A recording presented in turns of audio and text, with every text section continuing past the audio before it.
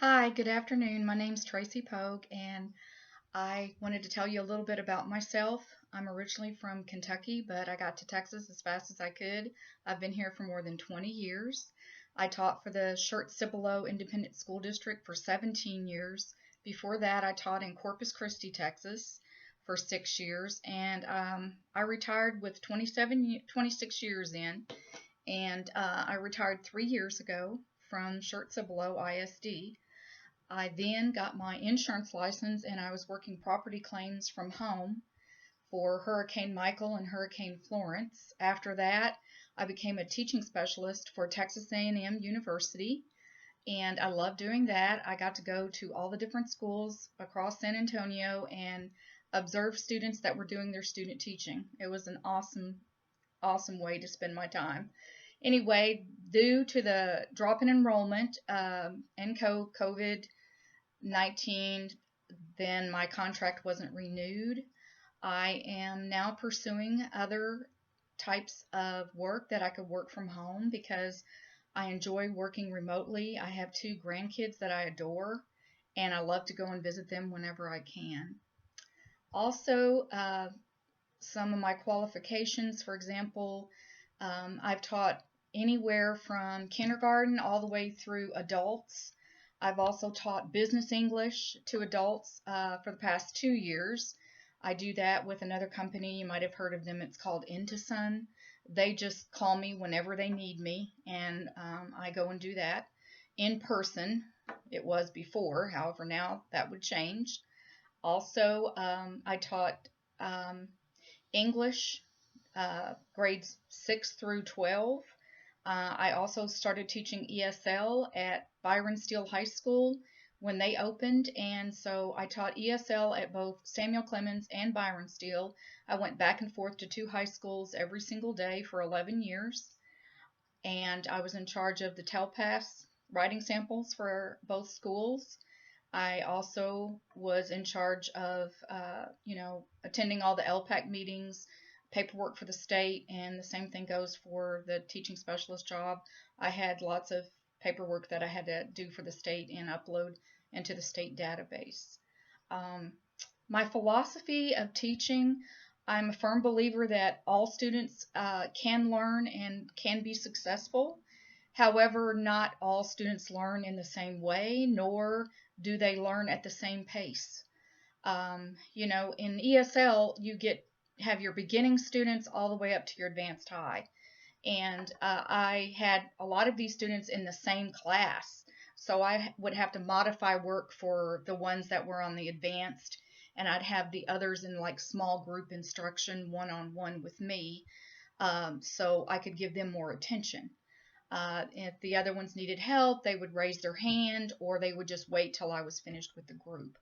Another thing I am a true believer in is that, um, you know, I had a lot of students that had special needs that were special education students, and those students can learn, not always at the same pace as everyone else.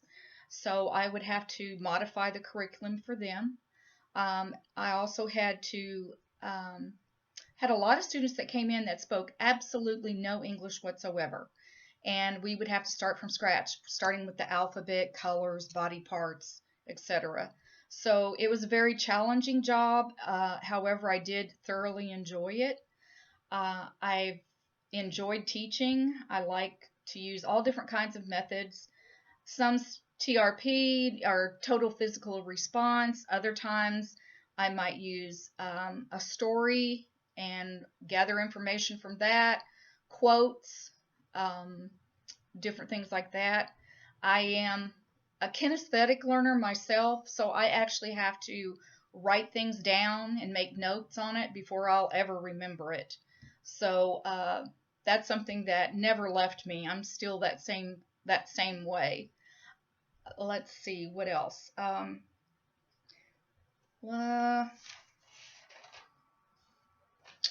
oh yes. Over the past, I'd say 5 or 6 years, a lot of the ways that teachers teach are different than when I learned how to be in an educational setting when I was growing up as a teenager.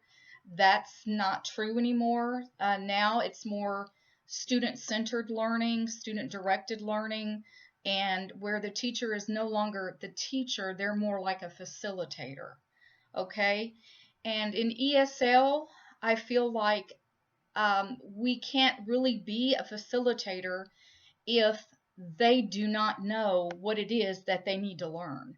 So a lot of times, working with ESL students, it's great to have the one-on-one contacts and meetings because they eventually um, get to know you and trust you. And then because a lot of the new students, they'll be silent. There's a silent period where they may not talk for up to 1 to 3 months before they'll say anything in the classroom. And I feel like if you build that rapport with them in the beginning, that they begin to trust you a little bit more. And then once they know that you have their trust, they start opening up and they start talking to you and saying more and being more interactive, speaking out more in class.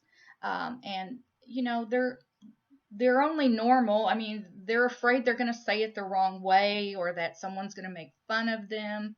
So it's very important to build that confidence.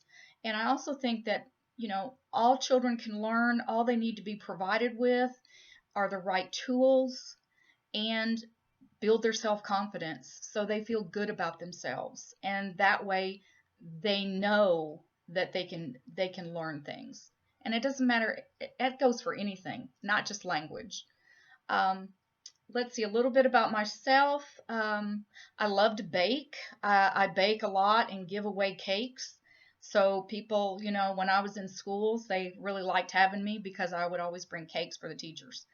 And then also at the college. And then I have one dog and one cat.